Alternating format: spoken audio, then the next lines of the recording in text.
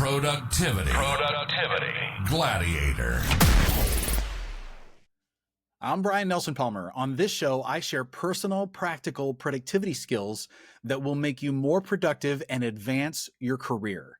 And in this episode, I'm revisiting my question, which is, should I quit social media? This time, I get to debate with a social media and digital marketing expert, Corey Perlman. I love his name so much. Corey Perlman is with me on the show today, who is a speaker, author, and consultant on social media for business. And he's the founder of Impact Social Media. So, Corey, I've been dying to have this conversation with a social media expert. And now you came into my life, and I am so happy that we get to do this. Well, thank you, Brian. I wish my name was John Smith, but it's not. Had to go with, a little bit more of a more difficult name to say, but it is great to be here. Absolutely. And now for those folks who aren't familiar with you, talk a little bit about how your background is relevant to the debate we're going to have about should I quit social media? Yeah, so I've been, I'm one of these weird generations. You might be in that same with me where I don't consider myself like the social media generation, but I did grow up with it. I mean, it was around me in college and, the MySpace days, the early Facebook days. But I would say the significant part of my life has been somewhat revolved around social media. So I am in between that, but I'm also old enough, a little bit, I guess, less than 50 to also know the other side of it, where it can feel very intrusive. There's a lot of things that my kids are okay with that I'm not okay with. So I definitely can see both sides, I would say, to the whole social media conundrum of whether or not it's a good or a bad thing. And then it's also our business. So for the last 15 years, I've owned a digital marketing agency. So it started out as speaking on the topic of social media and internet marketing, and the businesses and companies that would be in the audiences enjoyed the speech but didn't know what to do with it. So they asked us to execute on whatever those things we were talking about. And once I got too busy, I started hiring people and the agency was born. And so for the last 15 years, I've been both a keynote speaker on the topic of digital marketing, social media for business, and our agency runs the social media campaigns for about 50 companies. And so we've kind of got both of those worlds where I talk about it from kind of big picture standpoint, but we're also behind the scenes implementing it. So I'm not just talking about something I read in a book, but it's something that we're actually working on and experimenting with our clients. Man, I am so excited to talk with you about this because I want to quit social media, but I haven't yet. And I'm sure there's many other people who have asked themselves that question at some point. So this discussion is very relevant today. And I do want to ask you now, there's a lot of people who do what you do in terms of they do digital marketing, they do social media marketing.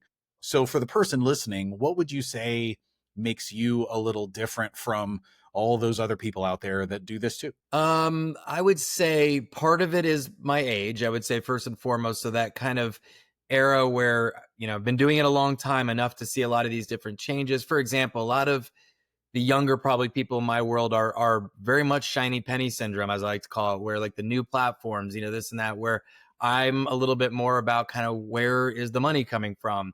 Where is the audience? So I would say that, that's been something that is different between us, I would say, and some of the newer agencies.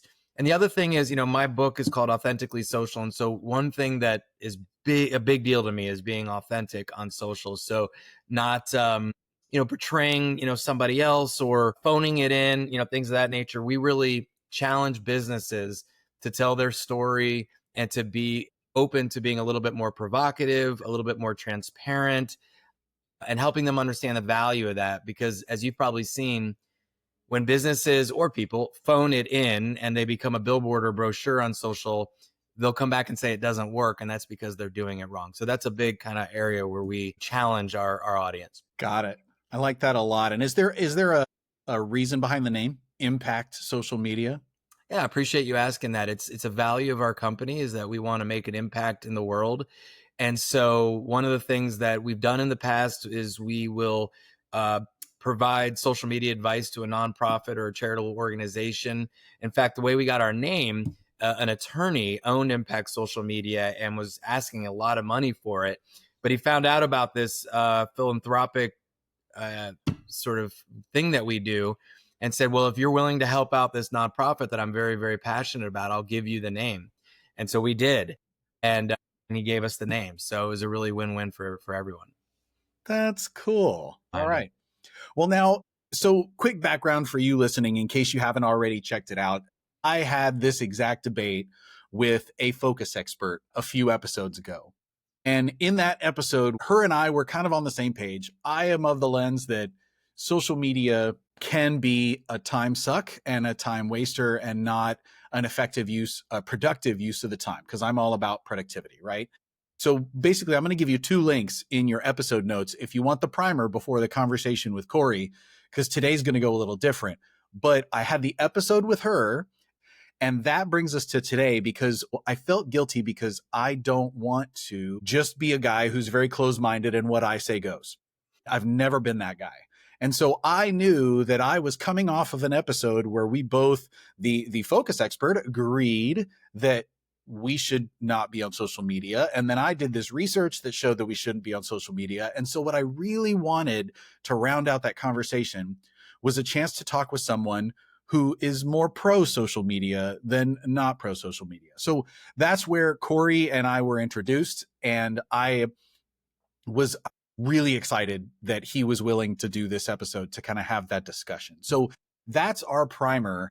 And now to zoom out a second, before I go into questions and we get into the back and forth, Corey, I'd just love to know your thoughts on, without any primer from me, just answer the question, should I quit social media? What are your initial thoughts right off the bat? Well, Brian, it's the part of the reason I was excited about this discussion is it's not very black and white for me either. As I've gotten older and also have a teenage daughter and an 11-year-old son, I've seen the good, the bad, and the ugly with social media.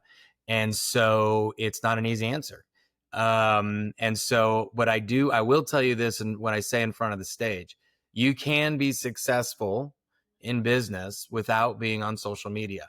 There's nothing that should be something that you feel like you have to do that is a detriment to your mental health that you think you have to do because of some sort of business metric that I put in front of you.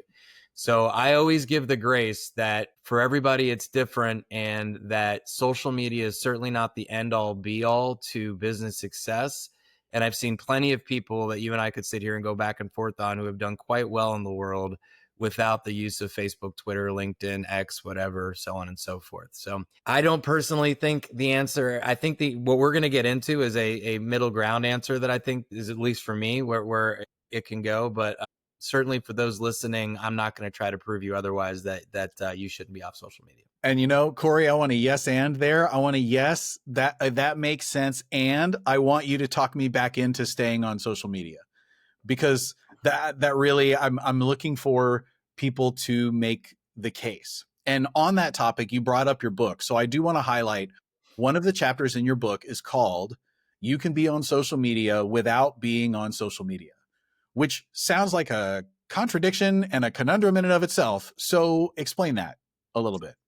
Yeah, so it really, I guess it just goes to my origin story to this point is, as I've gotten older, the secret that I typically tell people, and I'll tell your audiences now, is that I am fully on social media, my presence, without me pressing the buttons every single day. I didn't want to feel, to your point, trapped or addicted or whatever you might want to call it to some of these platforms. But I did realize that without it, I was hurting my business and my credibility.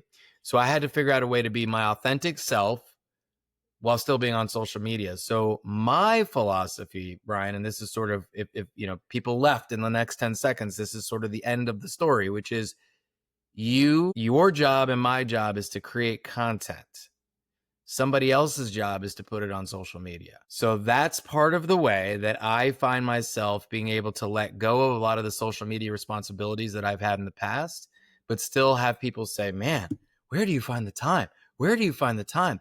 It's because I sit back here on my couch or in a studio or wherever, and I'm constantly creating content, and then I'm delivering it to somebody else to press the buttons and put on social. Does that make sense to you, Brian? Well, let's talk a lot more about that. Okay. But that also makes sense to me, because I am, it's an interesting, because you and I and the person listening, you also are in the same boat where you might create content for social media, whether that's for you personally or posting baby photos or that kind of thing, or you're on there consuming it as an individual. Exactly. But then you also might be connected to a business entity that is promoting themselves on social media. And for me personally, with Productivity Gladiator, I am a thought leader and an expert on this topic. And so I want to share those gifts with the world. And I do that in a lot of different ways. And social media is one of the ways that you can do that. You know, Corey, let me ask you this. You brought up the point that you could have a very successful business and not be on social media. To me, that mark is for an individual, for somebody who wants to get into business of some kind.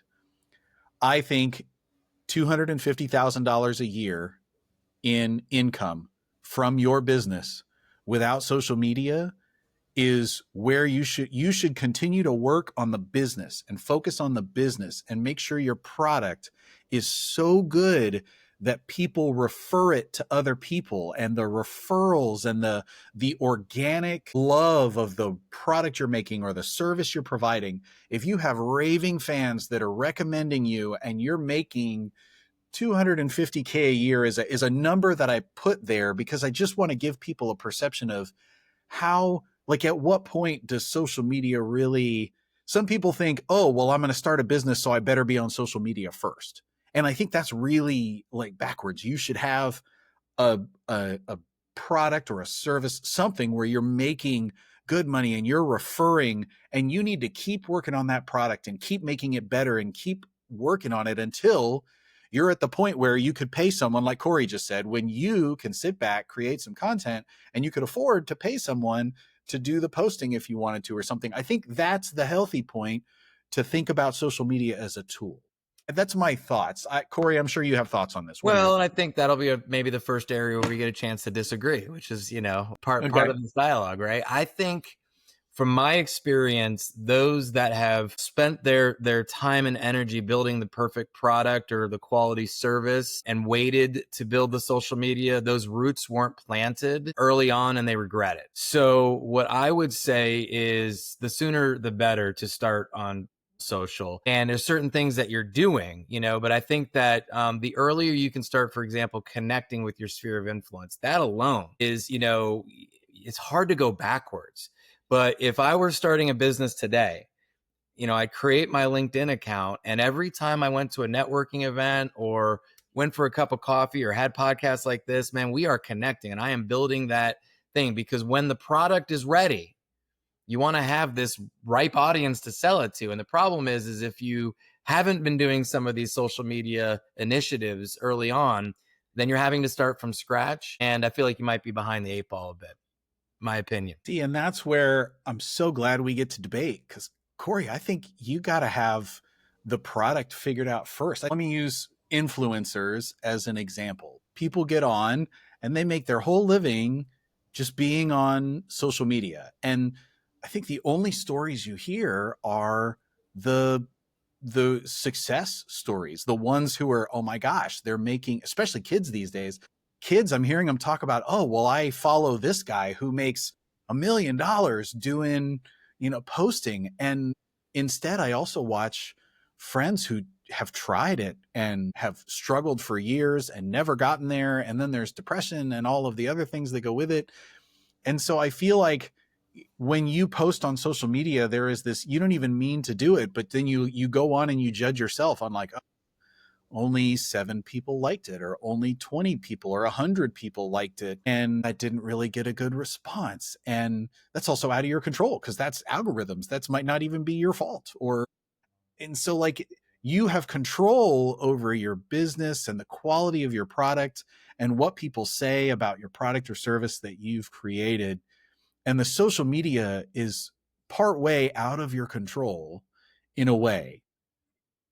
But what you did there, and let me just make sure to clarify, is you said you used two very different things that happen on social. Let's just do it that. You have the influencer world, and then you have the product and services and the business side of the world. If you're an influencer and you're looking for money to come in from talking about products and coffee and keyboards and water and all that, It's all about likes. It's all about millions of followers and hope that those royalty checks start coming in. That's influencer marketing. Business marketing or business social media services and products, again, my opinion, but 15 years of doing this, way less about popularity and thousands of likes and more about a quality audience that you want to take this journey with you. So, but you're right in one thing to say that a lot of people intertwine those two, and that's why they get it wrong.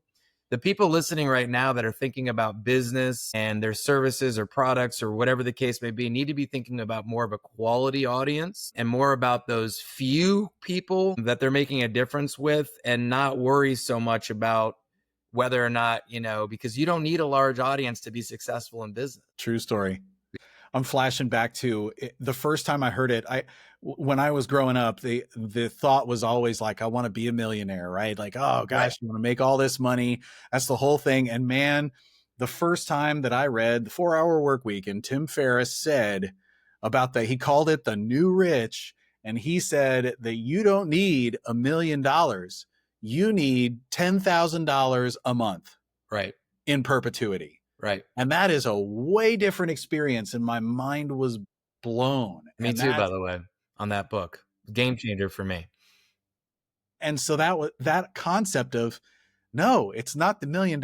It's the lifestyle that comes with the $1 million. And you can have that lifestyle if you find a way to make $10,000 a month. And so when you talk about being successful in business, to me, that's my perspective, is can you support yourself in the lifestyle that you want with the business that you've got?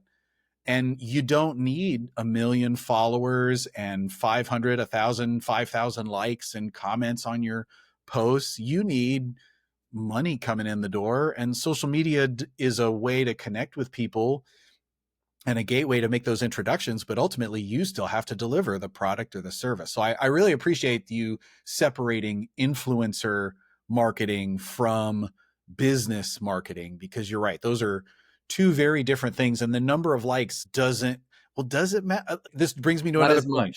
Not as much. Corey, so like, for example, I go speak to like audiences of hundreds of people, and I have these great sessions and I connect with these folks, and I've got an email list and that kind of stuff. And sometimes I post on social media and there is like 1 like, right? Maybe none. And then sometimes I post and there are like 35 likes or 50 likes or 100 likes. I mean, it varies all over the place.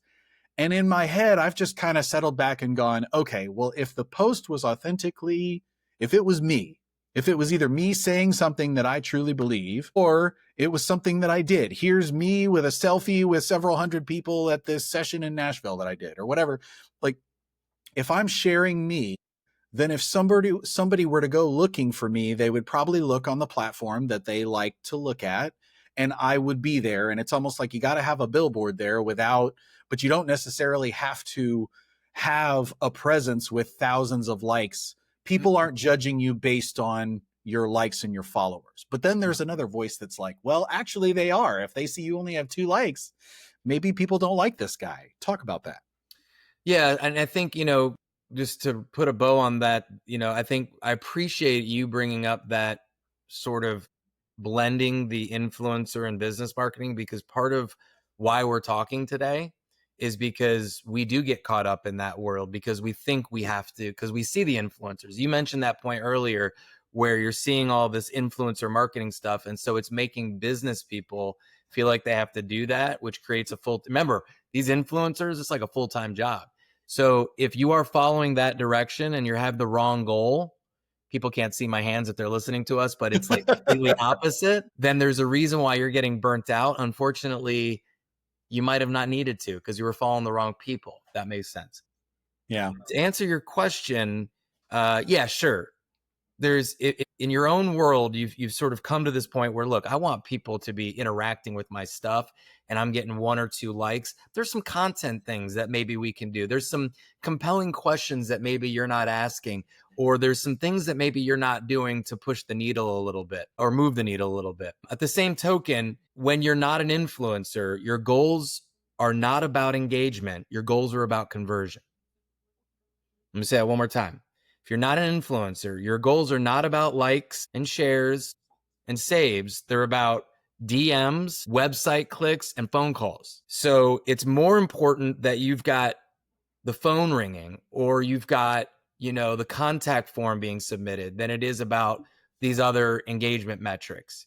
And just to give you a quick example, we had mentioned stories. We have a client, I just talked to him today, and he said, Corey, for the longest time, I didn't know how my social media was doing. Then I went to an event that I was speaking at, and a 7-figure client came up to me and he said, hey man, I love that stuff you're posting on social. And my client said, really? And he's like, yeah. And he's like, I've never heard you say anything about it. And he said, oh, I never will. I like it, but I'll never say anything about it. And I was like, why? And he's like, I don't want your people seeing my stuff. I'm a private guy, but I like it. And I was just like, wow. And he was like, wow. And he's like, I'm sold. That's all I needed to hear. So I hope that's helpful for you and your audience. Yeah. It's that connection. What are you here for, right? And it goes back to, if you get one good lead from social, then that's one good lead that you might not have had before, or one, like sometimes you have to build a relationship with people and not all of them are subscribed to your email list. And so if they see you occasionally on LinkedIn, then they might, I don't know, do you have any sort of stat on how long do you have a relationship with people online before they become customers? It's I don't have an official stat, but I will tell you something that I say all the time, which I think everybody will fully agree with, which is the olden days. When I say the olden days, I mean, when I was growing up in the sales world, they would say it takes 7 touches to make a sale. Now it takes 70. Now it takes 35, now it takes a heck of a lot more. Let's leave it at that. So it's like, and I do want to go back to something, Brian, that you said early on, which is you said to convince you to some degree that you still need social. And so I don't feel like I've given you a little bit of a disservice where I haven't given you a couple of things that maybe you're not thinking about to at least be open to still wanting to be on social. Because let's be honest, like the noise, the imposter syndrome, the political environment, I know it all. I know it all because I feel it all. I know all the reasons not to be there. And I think your audience does as well. But I want to share a couple of quick things with you of things that maybe would make you think twice, or any of your listeners, to why we do at least want to think about a way that I can be there without impacting my mental health. Number one is never forget that you're forgettable.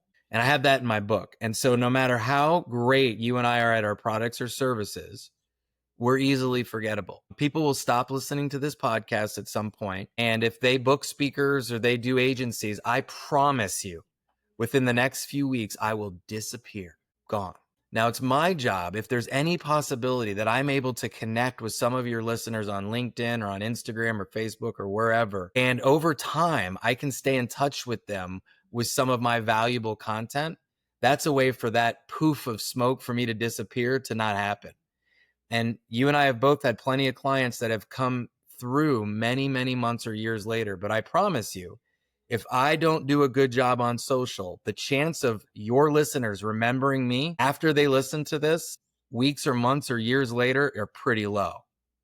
It's my job to stay unforgettable. And that's one of the main reasons why I think social media is so important. How does that resonate with you? Well, on the one hand, I see the argument that, let's say you had a 0% chance of them remembering you before, and you have a 0% chance of them remembering you now.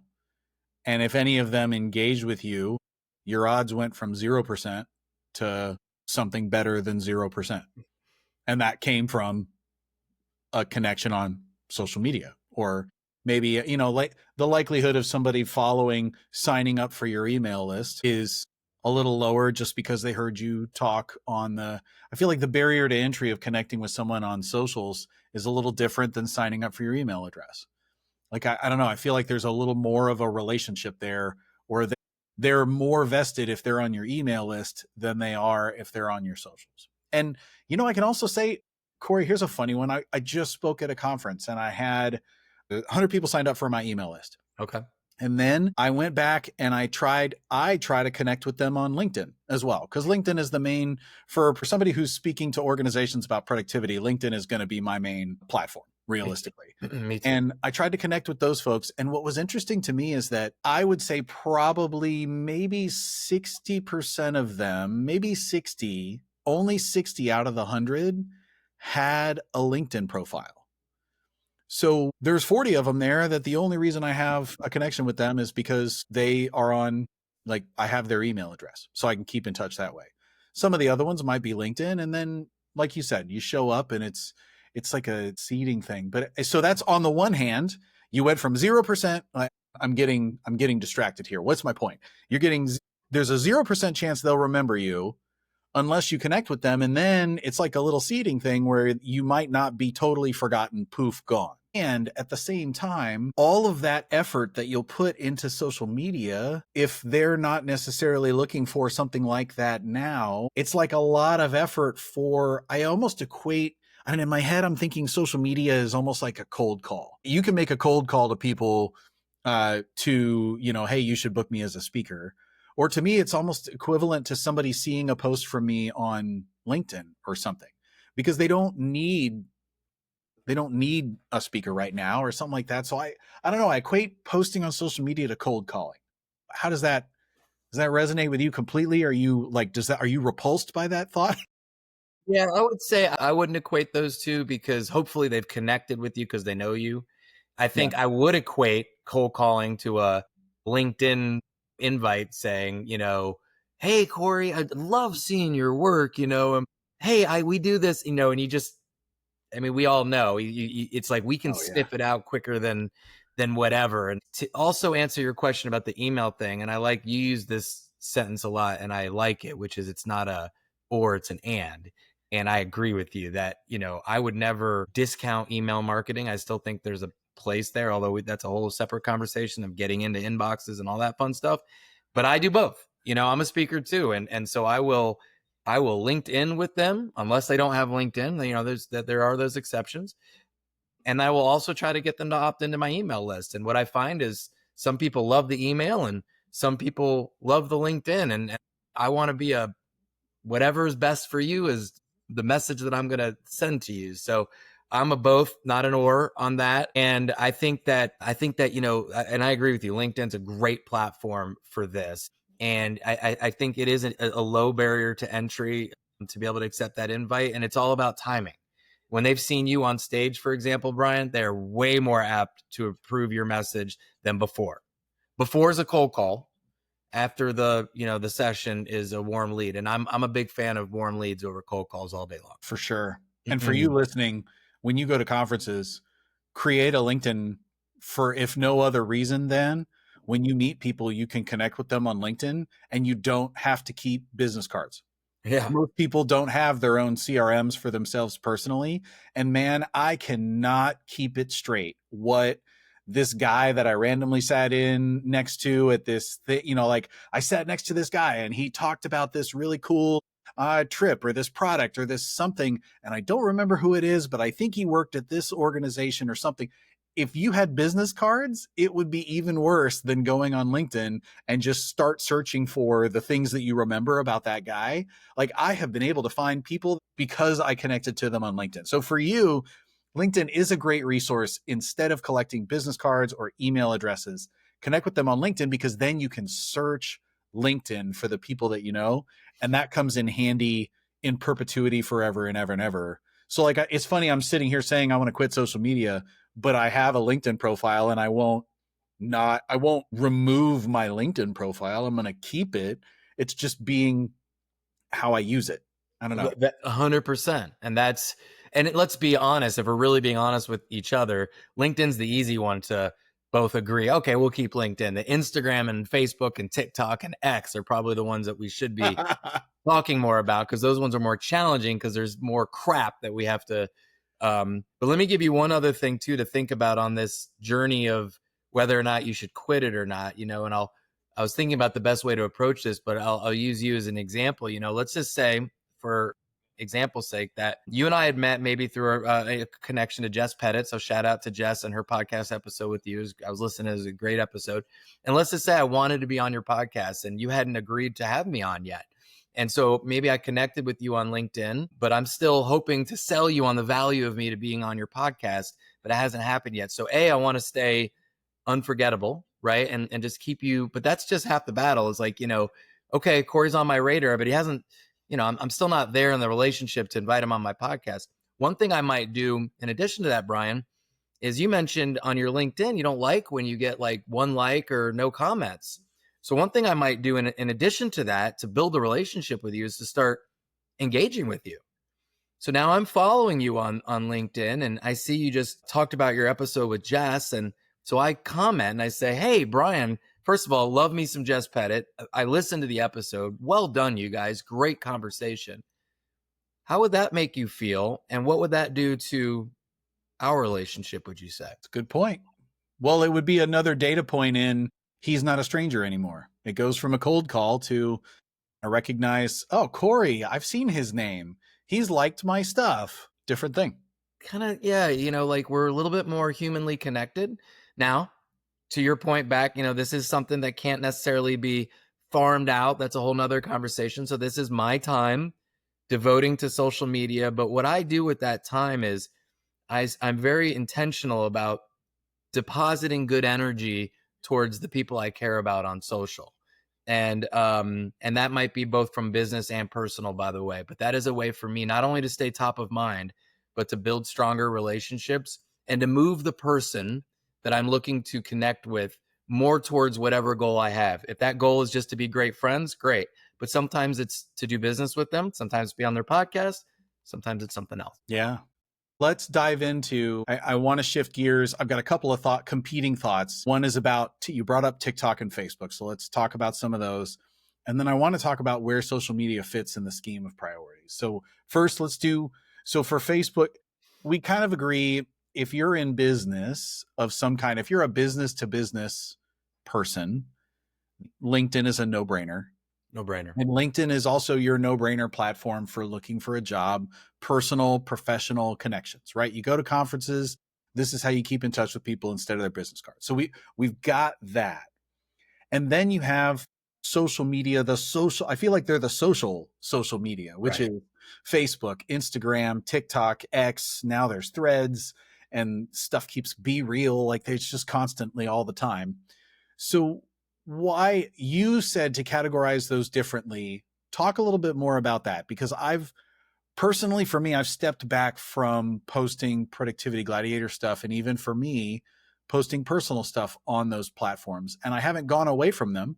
If you send me a message, I check them like email now. Like if there's a notification, if there's a red number, I check it and I see what's there and like, oh, what's the message? Who liked something? But I don't do news feeds anymore because that's outside of my control. So I want to go visit people's pages that I want to see, but I don't want to just leave it up to them. And I'm really conflicted on that. So talk about those. So yeah, we can almost knock them out pretty quickly on, with Facebook, the obvious thing that people think about, which is true, which is it's a bit of an older, first of all, you have to think demographic wise.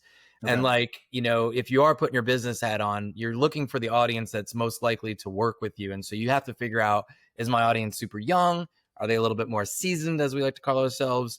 And that's part of figuring out whether or not that platform's right for you. But what I've found, and you can tell me if you differ on this, over the last few years is, let's be honest. Let's be real honest. Facebook is people we already know. It's a lot of friends and family. And so from a business standpoint, I can't even tell you there's a lot of business. There are some exceptions to that. But most of the time, I can rule out Facebook from a business standpoint because it's really more about you keeping up with your family and friends. And that's up to you. If that is something where you get imposter syndrome and you get frustrated by the politics, then get off of it. I took it off my phone and I've not had to worry about it. It does not impact my business at all.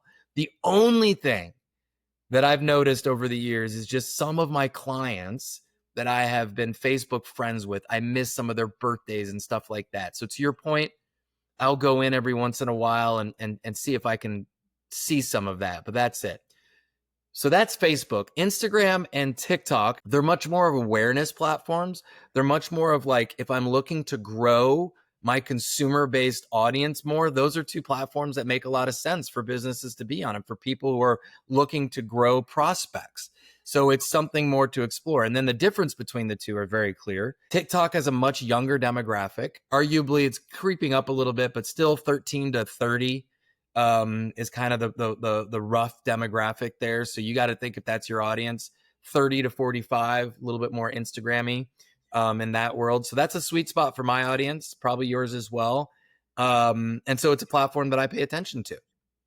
And the problem with both of those platforms, once we figure out if it's useful for us or not, is that the content that's coming in is much more toxic than LinkedIn and maybe even Facebook. There's a lot more things that you're not used to seeing. There's not your, Aunt Sally and Grandma Davis and whatever posting. It's the algorithm throwing you scantily clad stuff or pickleball stuff that's completely distracting you or whatever. So there's a lot going on in those two platforms that are probably negative to your well-being and such. So when it comes to those platforms, Brian, if you've chosen to decide to say that those are platforms that are right for me for business, then our next decision has to be, how can I produce content on there without feeling like I need to be doing the doom scrolling? And I get back to that point I made to you earlier that I am on Instagram maybe once a week for my own mental health. But if you go to my Instagram profile, you will see that I am on Instagram a lot more than once a week. And that's how I've chosen to do that to keep my own mental health. And do you have someone else managing your personal as well? I do. Yeah. I do. Now, your response to that, and it's fair, might be, well, that doesn't sound very authentic. And that's a period. There's a point to that it's not as authentic as me doing it every single day. However, the way I go to sleep at night is that the content is my own. There is no video that goes up. There is no article that is produced. There is no carousel post, no reel, no trial reel, no advertisement. Nothing on my social has not been run through me or come through either part of my brain or my Chat GPT brain to some degree as well. Yep. So it is not a misrepresentation of who I am or what my content is about. Yeah. Let me just validate. I love what you said about where are the people and who are you trying to connect with? If you're business to consumer, then go on the platforms where consumers are. If you're selling $20 Amazon trinkets, then that's your TikTok and your Instagram and your Facebook, like something where they can just click and buy and you're done. There's not a long relationship there. Okay, okay, building awareness, and then you're also paying for ads and paying for things. But if you're in a relationship business, which is often what you and I are really, but if you're business to business or business to consumer where you're going to have a relationship with somebody, then going on the platform where they are, that's a really good point. I'm glad you brought that up. And another thing I'm conflicted on, let me ask you this, Corey, what about LinkedIn? I have this impression that the people who would ultimately book me as a speaker or book me professionally are probably busy enough where they are not doom scrollers. I have this impression that the people who make decisions don't have enough time to scroll to the bottom of their news feed and find all of Brian's good content. They got better things to do with their time. Mm-hmm. But that might not necessarily be true. Do you have any numbers or metrics to go with that impression at all? Or what are your thoughts? So just to clarify your question is, are we on LinkedIn or are we on Instagram? Are you saying for that particular person? I'm on LinkedIn for that one. Yeah, I think that I don't, again, not coming armed with necessarily stats, but based upon, our 15 years of doing this, I can tell you that the professional, if you will, the C-level executive, the buyer that you're referring to is more apt to be scrolling, perusing LinkedIn than they are the other platforms, especially during business hours. One thing I often remind people of is that most companies are comfortable having LinkedIn on their company computers where they are not Instagram, Facebook, and TikTok. So it's something to be very much aware of in terms of that world. But I think that, you are right to be thinking that there is certainly a chance that they are missing your content. Just because you're connected with them doesn't necessarily mean that they're seeing your content. That's where the opposite thing I talked about earlier, the commenting on their stuff. If there are some very important VIPs in Brian's world, I wouldn't hope that they see your content. I would make sure that I am commenting on their content, because the chance of them seeing your content goes up when you comment on their content. So what a win-win, right? Yeah. Not only are you getting in front of them, but you're also telling the algorithm that you know each other a little bit more, which will increase the odds of them seeing your stuff as well. True. So yeah, I think that that's important. There's one other thing I wanted to share with you real quick. You had asked about, let's see, you said Instagram. I know it was, with regard to kind of bringing your unique self. A lot of people think too, it's like, especially with TikTok, do I got to do the dances? Do I got to do this? Do I got to do that? And there's plenty of examples now that there's a lot of really, really impressive attorneys and dentists and, some of these other professions that are not taking themselves so seriously, but not going so up farther out of their comfort zone that they're just, diminishing their credibility, but they're loosening themselves up a little bit, which I think is not a bad thing for those platforms. But the other thing that's equally as missed is that when we go to LinkedIn, that we think we have to be all buttoned up and professional. I often tell people that to be yourself on LinkedIn at work. So if you're like, and I could tell you are, like a bit more relaxed and fun and like to have a good time, don't lose that when you're shooting video or posting content on LinkedIn. People are still human there. So make sure that you are still providing that personality. It might just be a little bit more tightened up than Instagram and TikTok. Yeah. What about personal channel versus business channel? I've struggled with this one on LinkedIn and on Facebook and the different platforms. You can have a business page and you can have a personal page. And at a simple level, it makes sense that the business would have a voice and the person has a voice, and those are two different posts. However, LinkedIn and Facebook and Instagram are all in this to make money, and they want you to pay for, I feel like the engagement for the business posts are way less than the personal. I almost want to just ditch the business page or leave the page out there completely unattended, and it's still there, but it just connects to my personal page, and let's call it a day. What are your thoughts on that? I will validate what you said. Well, validate in the fact that you're thinking in the right priority, especially on LinkedIn, but I'd say on all of them, that personal profiles are better than company pages from a engagement standpoint, from a conversion standpoint, all those things. I have a lot of colleagues or a lot of people asking me, and colleagues validating that company pages on LinkedIn are dead. I don't agree with that. I think that's a myth. I think that company pages, there is a reason to have them out there. I 100% agree with you. They do not get as much love. They shouldn't get as much love as your personal page. I will disagree with you in saying do not let it die on the vine, though. So a nice rhythm is if you're posting a couple times a week to your personal page, you post a couple times a month to your company page. Keep it alive and well. Here's the reason. We didn't talk about employee engagement yet, but both from an employee wanting to be connected to their company and from an employee acquisition opportunity for companies looking to gain new employees, those company pages are great to show off culture and values. So when somebody is either looking for a job or kicking your tires to decide whether or not they want to work for you, those company pages become very, very important.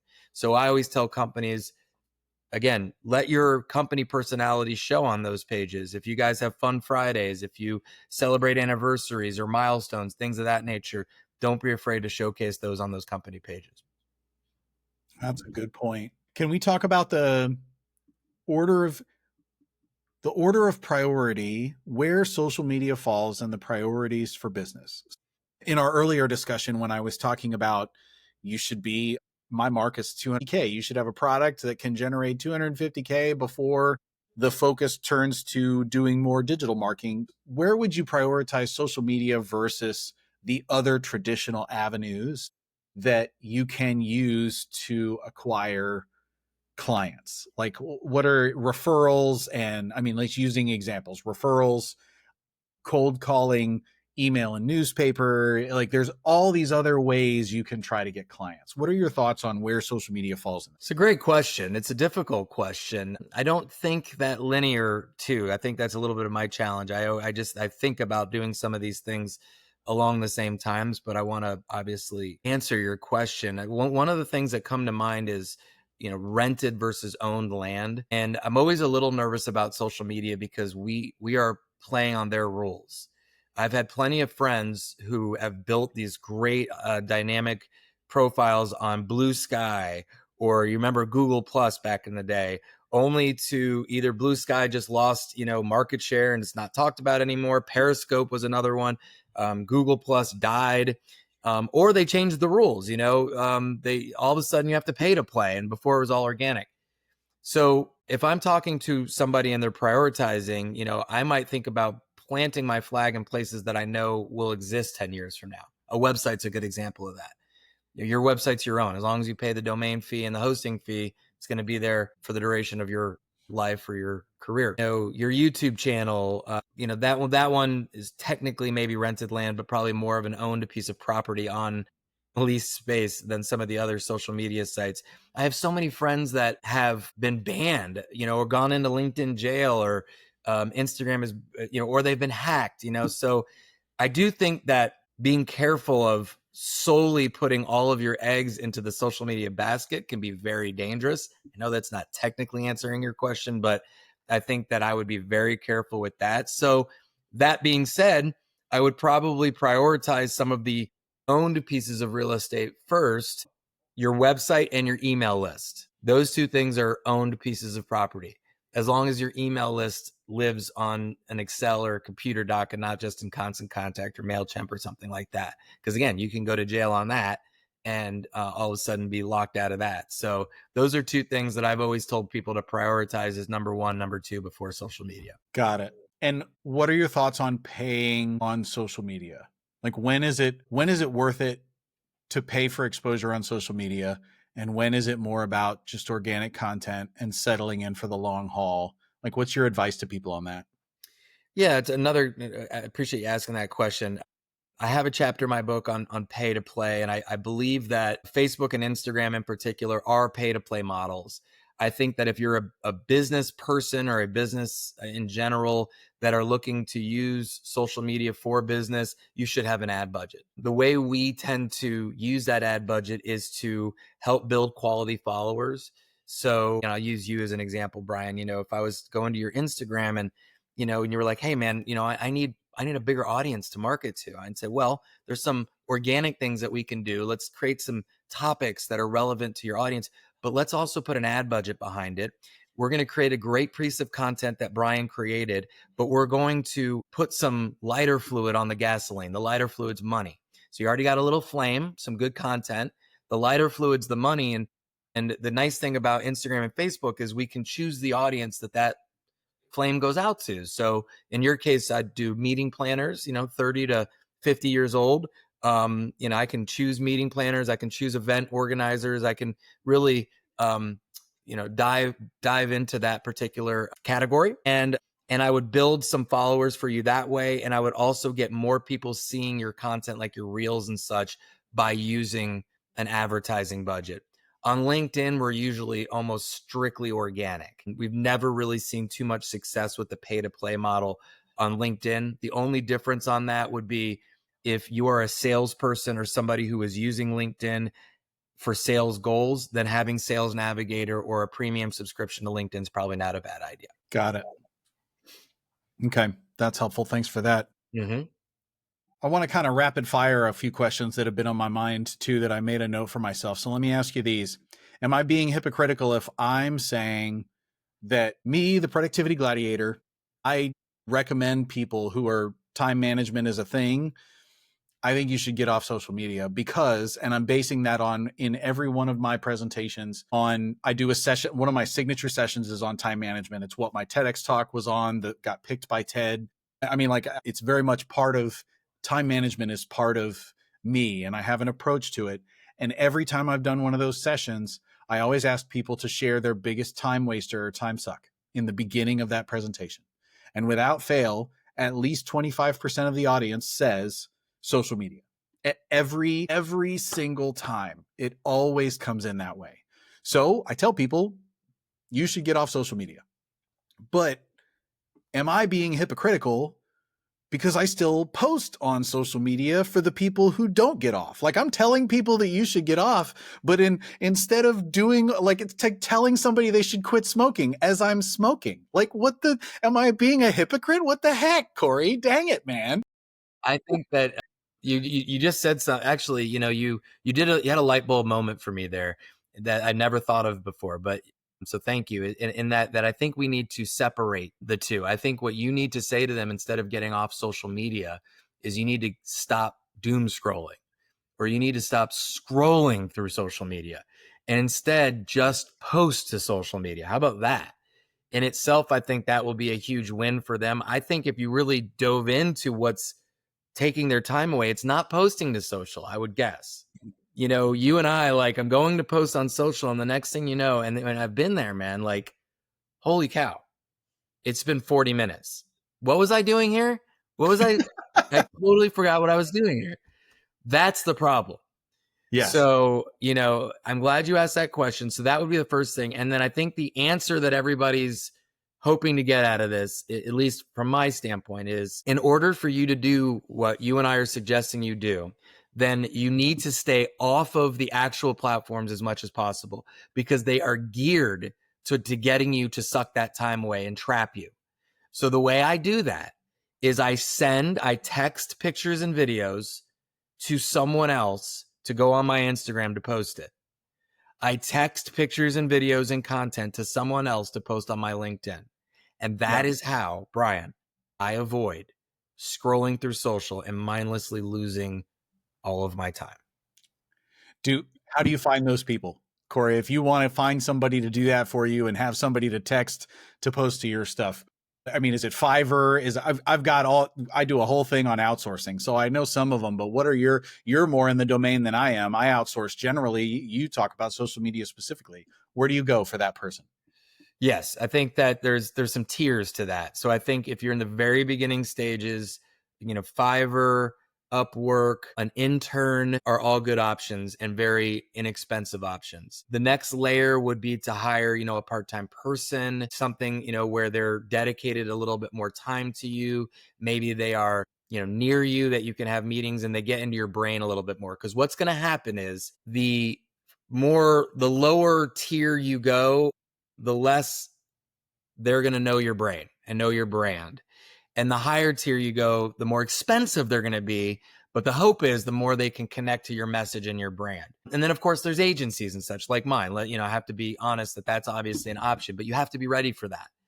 And so if you're able to have, a team of people to be able to work with you and your brand, then great. So there's different options.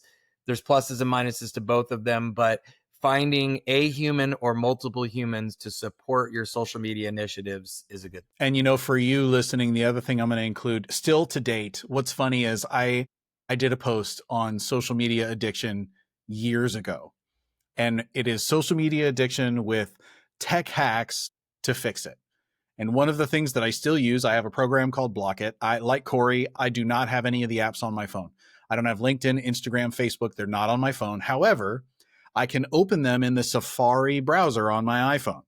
And there is an app called Block It that blocks the newsfeed so that I cannot see the newsfeed. So when I want to check my social media, which is once a day for LinkedIn, once a week for Facebook and Instagram, I go on, I open the Safari, I open the page, and it's got a number. I can see the numbers, I can see the notifications, and I can click on them and see what they were. But there is no news feed in any of the sites. And so I love what you said about you need to post on there, or you can go to people's pages. Like if I open up LinkedIn because my buddy Joe said something, or what's happening with Jim or whatever, I can go to their page, look at their posts, their own posts, and see what's going on. But if you doom scroll, your chances of seeing Joe are next to nothing. So if you're deliberate about it, I can go see whoever I want to see and search for whoever I want to search, but there's no news feed. So that's I'm going to share that with you. But To Corey's point, that's, ooh, man, that's been gold for me. I've never heard of that. I think that that is awesome. That tool that you just talked about, put that in the show notes. You are taking control of your social media, because that's their whole goal. Their whole job is like, you see that metaphor where they're like sucking, the brain space out of you, and Mhm. you're taking that back. You're like getting your freedom back. That's powerful. For someone who feels like they can't completely quit social media because of work, what's your advice? I feel like we kind of touched on this about not scrolling and block it and everything we just said, but any other thoughts on that? The only other thought I would say is for those of you, especially in your world, that time management is so important, is block certain times out. So what I will tell our audiences sometimes is 15 minutes a day for social media is dedicated to what I call OPP, for a 90s reference for you. But in my case, it's other people's posts. So 15 minutes a day, I go, and to your point, I don't look at any of my posts. I'm just looking at my LinkedIn feed and commenting on other people's stuff. I think of that as a high value use of my time. 15 minutes a week might be dedicated to accepting or declining invitations. So I'm not leaving those out there. I do sometimes farm that out too, but sometimes I like to take that on myself. And then, I block time to create content. Again, that's not on social for me.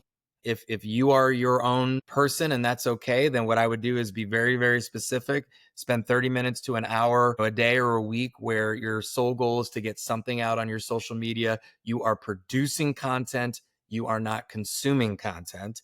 And that is the key detail. And if you have to have that app on your phone that you mentioned to get that done, then I'll be it.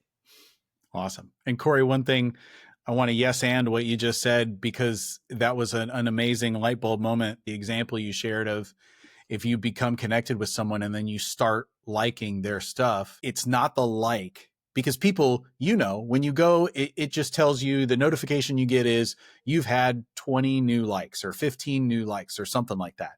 However, if you comment, you get your own notification and then they see your name. And so what I love that you said that has never really occurred to me until right now is that for every person that I am hoping books me or I want to do business with, I should go to their profile and comment on their last couple of posts just so that they see my name. And that's because I'm around. And I didn't try to sell them anything. I didn't go on LinkedIn and send them a message and say, hey, you should book me as a speaker. But they heard of me, they know me, and now I show up as a man. That was like, oh God, I appreciate that one, because I would block time for that, because that I see the value in that for sure. Yeah, that's I forget exactly what you say, or what people say, but a high, for you and I, good use of our time, right? Yeah. High worth item for us to do. And I think a lot of your listeners to specifically go out to VIPs, people, and again, I don't want this to sound too much like a strategy. You can do this with people that I do this with a lot of speakers who I'm not Yeah. getting any business out of, but I just want to remind them that I love them and that I'm so happy that they're doing well, or former colleagues or whatever, or even some of my team members, to let them know I'm listening, I'm watching, and I'm rooting for you. Yes. I love that you said that too, because that's one of the things I teach a session on. I have one of my other signature sessions is on life balance. And we talk about doing things for others.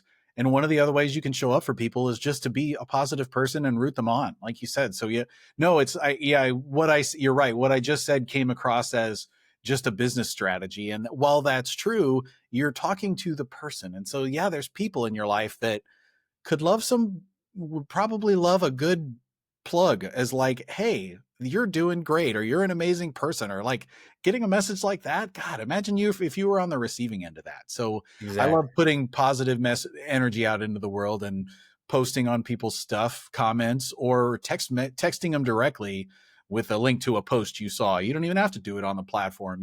I saw this and that was awesome. So anyway, I love that. And don't forget, by the way, I know we're talking about LinkedIn, but on Instagram, when people do their stories and you message or even heart or do something that is what we're talking about on stories on Instagram, does the same thing. So just Yeah. so those of you who are listening, like, well, what about, platforms like that too? There's that opportunity for that direct connection over there as well. DM or reply to their stories. So Corey, kind of bringing us full circle then to the person, based on our conversation and what your perspective here, the person who's listening, where should they start? What should they do? Do you have any advice from your perspective on this? I would just, if you're at this point, and you felt this same struggle with social media kind of taking over your lives, I'd figure out ways to quit. So I'd figure out some things to do to stop letting social media dictate your life. And so some things might be to get the apps off of your phone, which you just listen to as somebody who is considered a social media expert does not have some of these apps on his phone. So that is perfectly okay. So I would find ways to take back control of your social. And I would say, don't feel like you have to, it's not a one off, like you do not have to quit social media. You need to quit scrolling social media. You need to focus on putting out great content and connecting with people who can support you and do business with you. And you need to quit mindlessly scrolling social media. I love that as a bottom line. You don't need to quit social media. You need to quit scrolling social media. And I think that really sums up where I've come to. Should I quit social media? Yes and no. But yes, I should. Should I quit social media? No, but I should quit scrolling social media. And I have done that with those apps and stuff. And man, that makes a huge difference. I'm Well, writing Corey, that one down too. I like that one. Corey, here's what I love. I love that you had a real conversation with me today. I didn't feel like, as much as I wanted you to try to convince me, there was a piece of me that was like, man, I hope Corey comes on here and he's just going to like convince me that I need to be on social media. And I feel convinced, but I didn't feel beat up, or I feel like I got really good real talk with you on this. And I really appreciate that you, while you talk about this and you do this and you make your money from people wanting to do more on social media, and yet you didn't come in here and it was just a lot of real talk. I'm going to check out your book, which is Authentically Social, right? I'm interested in that. He's holding it up. If you're watching the video, that's cool, because I'm interested in Authentically Social. Sounds interesting, but more than anything, I just appreciate the very real conversation. Thanks I for do that. too, Brian. It was a great conversation. I appreciate you spending the time with me and getting me to talk about something that's not, typically talked about, I would say, in my circles, and something that needs to be talked about more. So I really enjoyed the conversation. And I think what you got out of me is that I do not believe it's an easy answer. It's something I personally struggle with, especially, again, having, a teenage daughter and all that. So we kept it real, and we're trying to figure out a way to do this professionally while it, being a good model, not only for ourselves, but also for our kids, that, you don't have to be addicted to the platforms. So I'm going to continue to work on it, and I appreciate you. And for those folks who want to keep in touch with you, what's the best way for them to do it? Where do they find you? Social media, of course. It is, obviously social. LinkedIn is a place that I love to connect with you. So if you do listen to this, shoot me a note or connect with me on LinkedIn. Let me know you did. Instagram is I'm at Corey Perlman Speaks. And then my websites are coreyperlman.com. So CoreyPerlman.com. And then our agency site is impactsocialmedia.com. Impactsocialmedia.com. And I will drop those. I'll have those links in the show notes for you too. So you should be able to scroll down and see those as well. So thanks for that. And for you tuning in, please think about someone in your life who struggles with scrolling, who struggles with social media. Maybe it's a colleague or a friend or even somebody you haven't talked to in a while, but would you share the link to this episode specifically with them? Because I know that Corey and I would love to know that our conversation reached someone who has been grappling with this same question. Should I quit social media? Because we would love to know that it helped someone. And we would love to be an excuse for you to get back in touch with that person, because it might not be somebody that you talk to all the time. It might be an old colleague or a friend or somebody. So also, if you want more productivity insights beyond the podcast, my email subscribers get access to everything that I create. So come join the email list if you haven't already. I love sharing Productivity Gladiator with you because together these productivity skills are going to change your life. That's a wrap.